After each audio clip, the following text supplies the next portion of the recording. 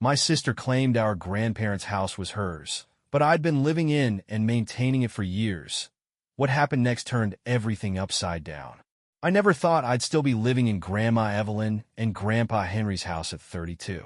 It wasn't part of the plan. After Grandma passed first and Grandpa followed 2 years later, the house sat empty for a while. No one in the family wanted to deal with it. My parents were busy with their own lives, and my younger sister, Chloe, had already moved out of state, chasing her career and settling down with her husband, Nathan. When I moved in, the house wasn't in great shape. The roof leaked so badly that the upstairs guest room would turn into a swamp every time it rained. The plumbing made sounds like some dying animal trapped in the pipes. But it was still home. Some of my best childhood memories were made here. Easter egg hunts in the backyard, Grandma's apple pie cooling on the kitchen counter, and Grandpa's gruff but warm laughter filling the living room. I couldn't bear the thought of it falling apart. For the past 5 years, I'd poured my heart, soul, and savings into fixing the place up. I replaced the roof, remodeled the kitchen, and even replanted the garden where Grandma's roses used to bloom. I wasn't just maintaining the house. I was preserving our family's history. My parents seemed fine with it, grateful, even. They called me the caretaker of the family home. But that all changed 2 weeks ago when Chloe called me out of the blue. Her voice was overly cheerful when I answered, the way it always was when she was softening the blow of bad news. "Hey, Alex," she chirped. "Nathan and I have been talking, and well, we're moving back to town." "Wow, really? That's great," I said, genuinely happy for her. We'd always been close, even though we'd lived in different states for years. "Where are you guys planning to live?" There was a pause. Then she dropped the bomb. "Actually, we were thinking about the house." The bottom dropped out of my stomach. "What do you mean, the house?" "Grandma's house," she said, as if it were obvious. You know, she always told me it was going to be mine someday. Nathan and I figured we'd move in. It'd be perfect for us with the yard and everything. I couldn't believe what I was hearing. "Chloe, I've been living here for 5 years. I've put thousands of dollars into fixing this place up." "I know," she said, her tone syrupy and condescending. "And we're so grateful for that. But this was always supposed to be my house. Grandma promised it to me." "Promised?" My voice rose in disbelief. "When did she promise you that?" "Because she sure as hell never told me." "She told me before she passed," Chloe said, now defensive. "It was during one of our private talks. You wouldn't know about it because you weren't there." I wanted to scream. Grandma Evelyn, for all her love, had a habit of making vague, sentimental promises that could be interpreted a dozen different ways. Now Chloe was using one of those supposed promises to justify kicking me out of the house I'd poured my life into. "Chloe, there's no way Grandma meant for me to just up and leave after everything I've done for this place." "Well, it's not up to you," she snapped. "This is a family matter, and Nathan and I have already started making plans." The conversation ended with me telling her I needed time to think, but what I really needed was a stiff drink. Over the next few days, I tried to make sense of it. I talked to my parents, hoping for some support, but they were frustratingly neutral. "Chloe always did talk about how much she loved that house," Mom said, as though that made her claim legitimate. "And she's starting a family soon, Alex. Don't you think they could use the space more than you?" "I'm not squatting here, Mom," I said, frustration boiling over. "I've invested everything into this place. It's not just a house to me. It's my home." "Well, maybe you could find somewhere else to live," Dad suggested, his tone overly optimistic. "It might be a good fresh start for you." "A fresh start?" I didn't need a fresh start. What I needed was for my family to see everything I'd done for this house and recognize it as mine. Instead, they treated me like a placeholder, someone keeping the seat warm until Chloe decided to come back. A week later, Chloe and Nathan showed up unannounced.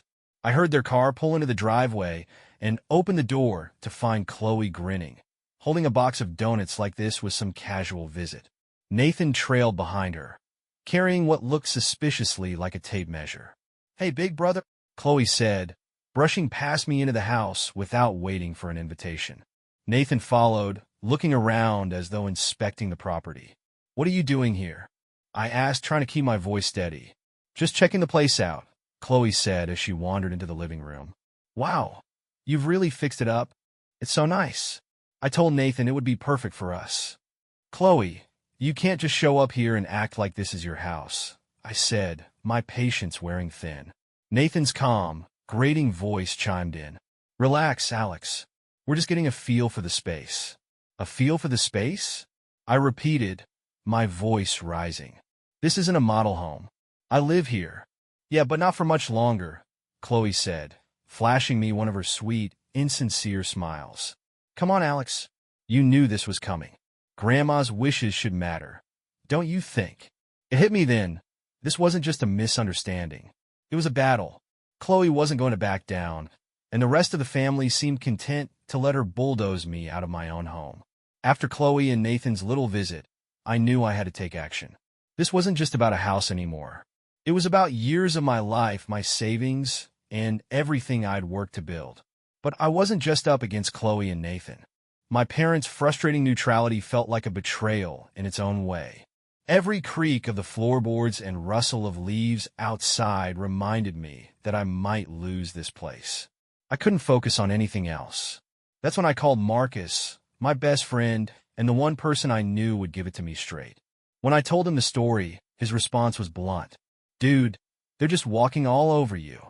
You need to find proof that the house is yours. Marcus's voice rang in my head as I paced my living room. Papers, deeds, anything. That's what I needed to prove my claim to the house. The deed is in my name, I said aloud, more to myself than anyone else. Grandpa transferred it over to me after Grandma passed. But apparently, that didn't matter because Chloe was clinging to a vague promise like it was gospel. Marcus's words haunted me.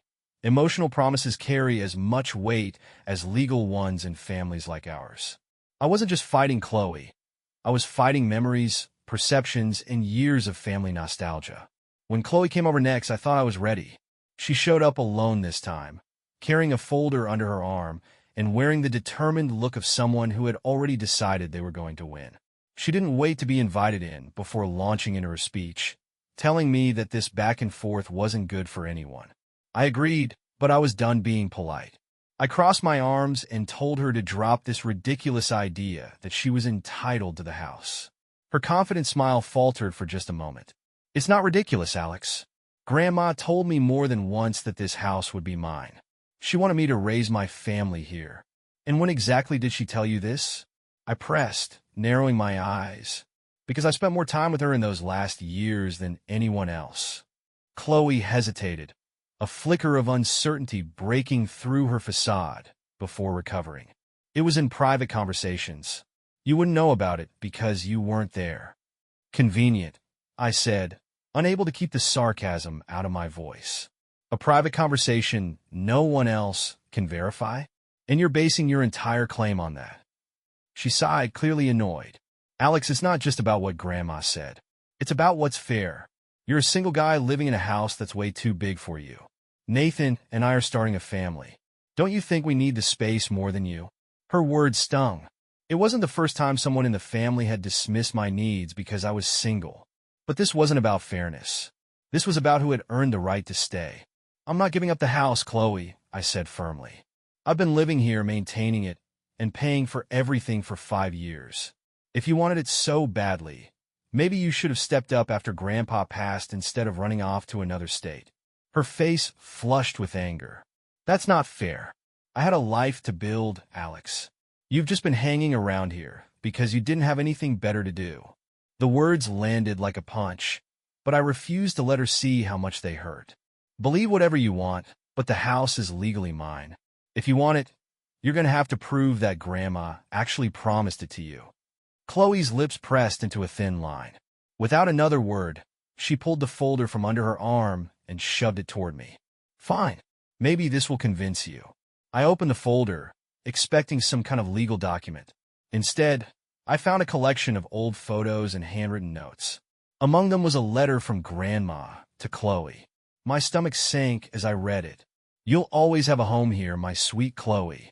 This house is meant for you someday. It wasn't legally binding. It wasn't a will or even close to a formal agreement. But it was damning nonetheless. I could already see Chloe showing it to our parents, waving it around like a sacred artifact. This doesn't change anything, I said, forcing my voice to stay steady. The deed is still in my name. Chloe scoffed, her voice sharp. God, Alex, you're so selfish. Grandma would be heartbroken to see you acting like this. With that, she stormed out, leaving the folder on my coffee table like a ticking time bomb. That night, I couldn't sleep. I kept rereading Grandma's letter, turning the words over in my mind. This house is meant for you someday. What did she mean by that? Was it a promise or just a comforting sentiment? Could she have said something similar to me at some point, too? The letter felt both ambiguous and definitive, a weapon Chloe could use against me, but not strong enough to prove her case outright. The next morning, I called my parents, hoping for some kind of clarity. My mom answered, her tone already weary. Alex, this whole situation is getting out of hand, she said. Chloe called us last night in tears. She said you're being unreasonable. I'm being unreasonable. I repeated, incredulous. She's trying to take the house away from me based on a letter that doesn't even mean anything. Alex, it's not just about the letter, Mom said, her tone softening into the condescending calm she always used when she thought I was being difficult. Chloe and Nathan are starting a family. Don't you think it's time for you to move on and let someone else enjoy the house? I can't believe this, I said, running a hand through my hair. You're seriously siding with her? We're not taking sides, she said quickly, but the words rang hollow. We just think this could be a good opportunity for you to start fresh somewhere else. There it was again. Start fresh. Like my entire life here, my memories, my work, my savings, was disposable, something to be tossed aside because Chloe decided she wanted the house. Frustrated and desperate, I decided to follow Marcus's advice. I spent hours in the attic combing through dusty boxes filled with family records, searching for anything that could strengthen my case. I found receipts for repairs I'd made, property tax statements in my name, even a copy of the deed itself. But there was nothing that explicitly refuted Chloe's claim. The letter lingered in the back of my mind, a shadow I couldn't outrun. Later that afternoon, Marcus showed up to help. He sifted through a box of faded photographs, shaking his head. Man, this is a mess, he muttered. Your family's turning this into a war over something that shouldn't even be up for debate. But if there's one thing I've learned, it's that people will fight hardest over the things that remind them of what they've lost. I leaned against the attic wall, exhausted. Yeah, well, I'm not about to lose this house. Not to Chloe. Not to anyone. Treating this like some kind of moral debate felt exhausting, but Marcus was right. The law was on my side. I just had to make that clear to everyone else. It was easier said than done, though. My family didn't care about legalities. They cared about Chloe's sob story, about vague promises wrapped in emotion and nostalgia. As Marcus and I sifted through the last box in the attic, he pulled out a yellowed envelope with my name scrawled across it in Grandma's familiar handwriting. My heart stopped. I tore it open with shaking hands and found a short note written in her delicate script. Dear Alex, thank you for taking care of the house. It's yours now, your safe haven. Love, Grandma. Relief crashed over me. It wasn't a legal document, but it was something, a voice from the past validating what I'd always believed. Grandma had meant for this house to be mine. I stared at the note for what felt like hours. The curve of her handwriting seared into my mind. It's yours now, your safe haven. But deep down, I knew it wouldn't be enough to stop Chloe. She had already turned this into a battlefield, and a sentimental note, no matter how heartfelt, wouldn't stop her from pushing forward. Mom insisted on a family dinner to talk things through like adults. I dreaded it, but Marcus convinced me I couldn't avoid the confrontation forever. If you don't go, he had said, it'll just make you look guilty. Show up, be calm, and remind them you've got the law and Grandma's words on your side. Easy for him to say. He wasn't walking into a lion's den. When I arrived at my parents' house, Chloe and Nathan were already there. Chloe sat at the kitchen table, smug and confident, a cup of tea in her hand. Nathan leaned against the counter, surveying the room like he owned it. My parents bustled around, trying to set up dinner, but the tension was so thick it practically vibrated through the air. Dinner was strained from the start. Chloe didn't waste any time asserting herself. The moment I sat down, she looked across the table at me with that same smug expression, as if this were already decided. I didn't let her set the tone. I pulled out Grandma's note and slid it across the table for her to read. Chloe's smile flickered as her eyes scanned the note. For a split second, doubt crossed her face, but she recovered quickly. She tossed the note back toward me, scoffing. To her, it wasn't proof of anything, just Grandma being sentimental. She stuck to her argument about fairness and what was best for the family. I couldn't believe what I was hearing. The note, the deed, everything I had done for the house, none of it mattered to her. She twisted every fact to suit her narrative, clinging to vague promises like they were gospel while dismissing reality. Dinner became a battleground. My mom tried to play mediator, gently suggesting compromises. Maybe you could share the house, she said at one point, as though that were a reasonable solution. Share a house? As if it were a timeshare. I tried to stay calm, but the frustration boiled inside me. Chloe kept throwing around her plans, talking about how she and Nathan were starting a family, and how I didn't need all that space. Her argument stung more than I wanted to admit. My needs, my work, my memories in this house. All of it was treated like an afterthought, something that could easily be discarded to make room for Chloe's picture-perfect future. The worst part was seeing my parents waver. My mom's voice took on that careful, patronizing tone she always used when she thought I was being difficult. She said Chloe deserved consideration, that this house was meant to be a family home. My dad, who rarely intervened in family squabbles, just threw up his hands, unable to choose a side. Chloe, sensing their support, pushed harder. She painted herself as the rightful heir, the one carrying on Grandma's wishes, ignoring the fact that she had spent years ignoring the house and its upkeep while I had poured everything I had into it. I reminded them, calmly at first, then more forcefully, that the deed was in my name.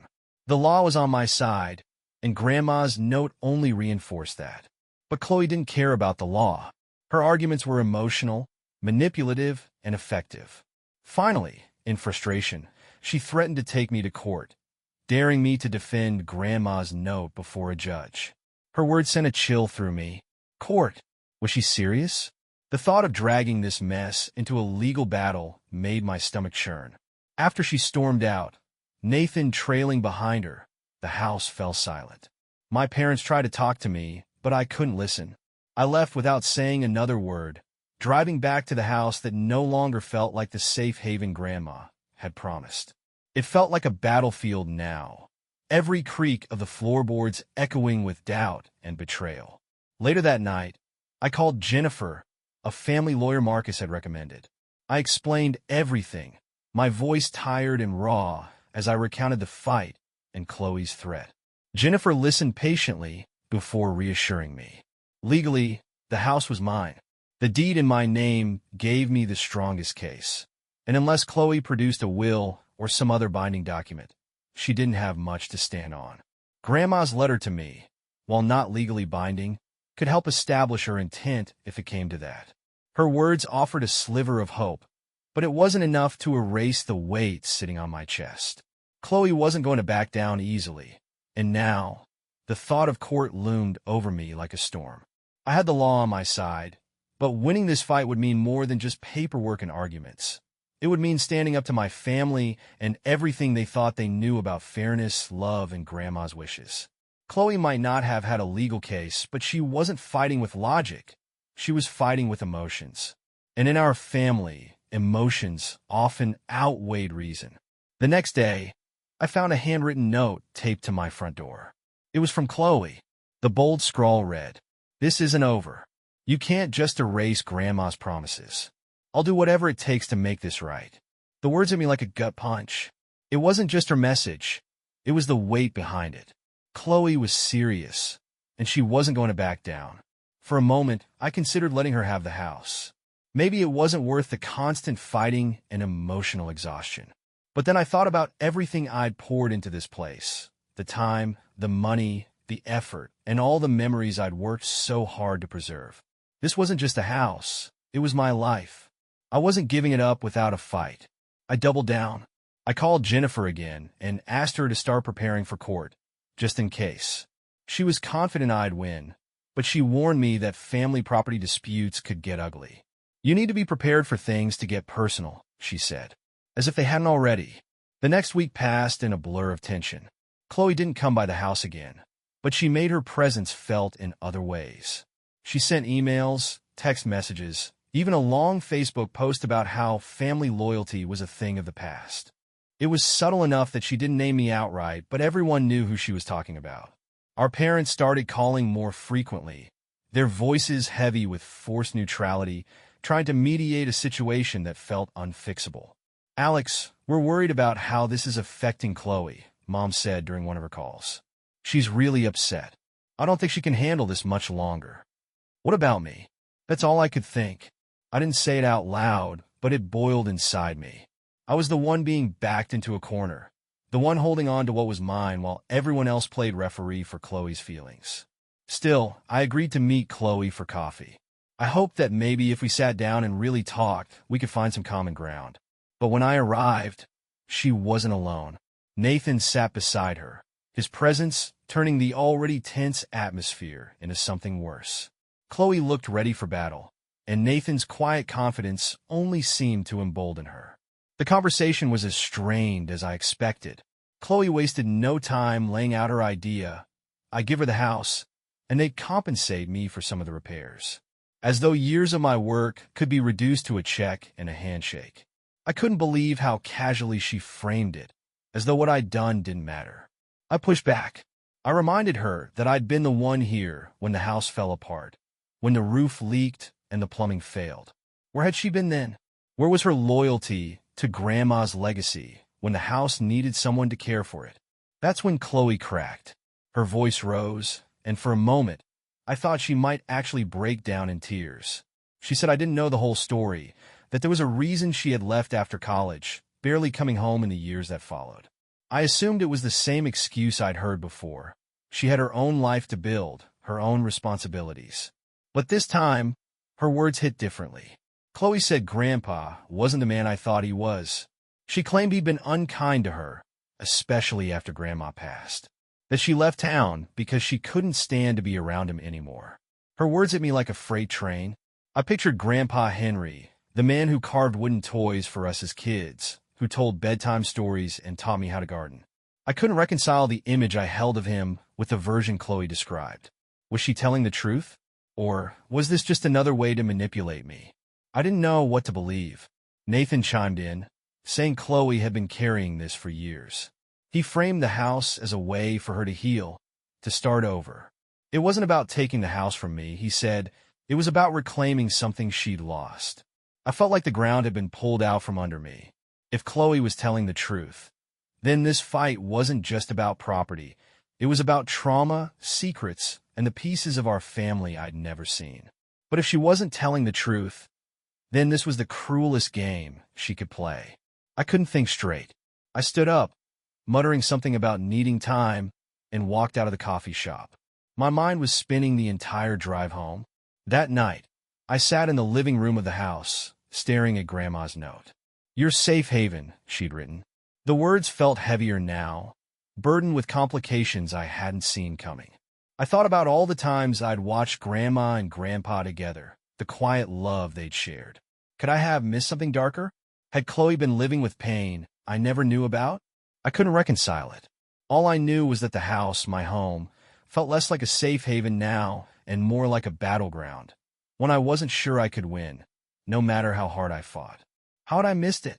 All those years, I thought Grandma Evelyn and Grandpa Henry had been perfect, unshakable pillars of our family. Had there been cracks in the foundation all along that I'd been too young or too blind to see? Chloe's words gnawed at me, and I couldn't shake the feeling that I needed answers. If there was any truth to her story, there had to be something, evidence buried somewhere. I spent the next few days digging. I tore through old photo albums, journals, and letters, searching for clues about the past. That's when I found it. Hidden in the back of Grandma's old cookbook was another letter, yellowed with age and folded tightly. My hands shook as I opened it. To whoever finds this, there are things in this family that have been left unsaid for too long. If you're reading this, I hope you'll have the courage to face the truth and do what's right. Family is complicated, but love always wins in the end. It wasn't much. It didn't confirm Chloe's story, but it hinted at the cracks, secrets Grandma Evelyn had carried and left unspoken. The weight of her words sat heavy in my chest. Family is complicated. That was an understatement. Whatever truth had been buried, it was starting to surface, and I couldn't ignore it anymore. I made a decision. I called a family meeting for Saturday, one final chance to address everything and put it to rest before it destroyed us completely. Everyone came, my parents, Chloe, Nathan, and even Marcus, who offered to be there for moral support. The house felt smaller with everyone inside, the air thick with tension. As they settled into the living room, their faces reflected a mix of wariness and hostility. Chloe sat stiffly, arms crossed. Nathan hovered protectively beside her, and my parents wore the strained expressions of people who just wanted it all to go away. I stood in front of them, my heart pounding, trying to look more confident than I felt. I started by acknowledging the truth that no one wanted to say aloud. This fight was tearing our family apart. Then I turned to Chloe and told her, softly but directly, that I needed to understand her side of the story, what she'd said about Grandpa. Her expression shifted, her tough exterior cracking just slightly. She hesitated before finally taking a shaky breath and letting it out. Chloe told us how Grandpa hadn't hurt her physically, but emotionally. After Grandma passed, he'd been harsh with her, criticizing her, belittling her, making her feel small and insignificant. He told her she was wasting her potential, that she'd never amount to anything.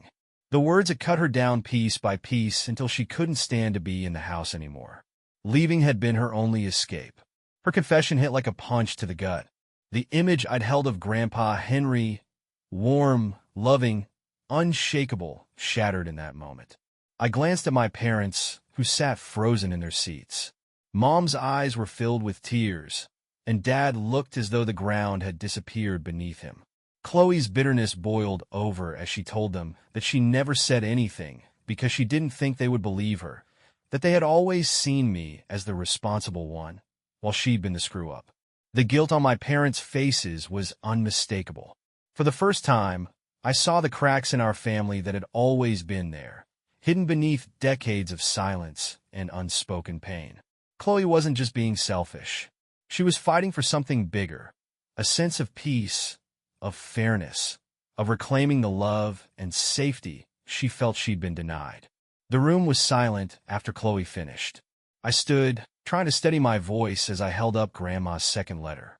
I passed it to Chloe first, then Nathan, and finally to my parents. One by one, they read Grandma's cryptic words about facing the truth and doing what's right. "What does this mean?" my mom finally asked, her voice small. I took a breath, the words forming in my head before I spoke. Grandma had known there were wounds in our family that needed to be healed. This house, I realized, was never meant to tear us apart. It was meant to bring us together, to give us a place where love could win out over pain. I looked at Chloe. I told her that I'd thought long and hard about what to do, how to honor Grandma's wishes while protecting everything I'd invested in this house. I told her that I would keep the house, but I promised it would always be open to her and her family whenever they needed it. No court battles. No threats. No more fighting. Chloe stared at me, her face unreadable. Finally, she whispered, "Why would you do that?" I told her the truth. Because I didn't want the house to become a symbol of what had broken us. Because Grandma was right. Love should win in the end. The tension didn't disappear overnight, but something shifted that day. Chloe agreed to drop her claim, and we started talking, really talking for the first time in years. She opened up about everything she'd been carrying, and I told her about the pressure I'd felt to preserve the house and our family's history. It wasn't perfect, but it was a start. My parents, too, seemed changed by the truth. They apologized to Chloe for not seeing her pain, for assuming things had been fine when they weren't. They promised to do better, to listen more, and take care of the family they still had. The house remained mine, but it felt different now. It wasn't just my safe haven. It was a symbol of everything we'd been through and everything we still had to work toward. Slowly, the cracks in our family began to heal. A few months later, Chloe and Nathan came over for a barbecue in the backyard. Marcus joined us, too, and for the first time in years, the house was filled with laughter again. Chloe brought old family photos she'd found, and we spent hours reminiscing about the good times, the ones we hadn't let ourselves remember in so long. As the sun set that evening, I stood on the porch, looking out at the garden I'd replanted and the lights twinkling in the trees. The house felt alive again, not just because of the repairs I'd made, but because of the people inside it. Grandma had been right all along. Love did win in the end,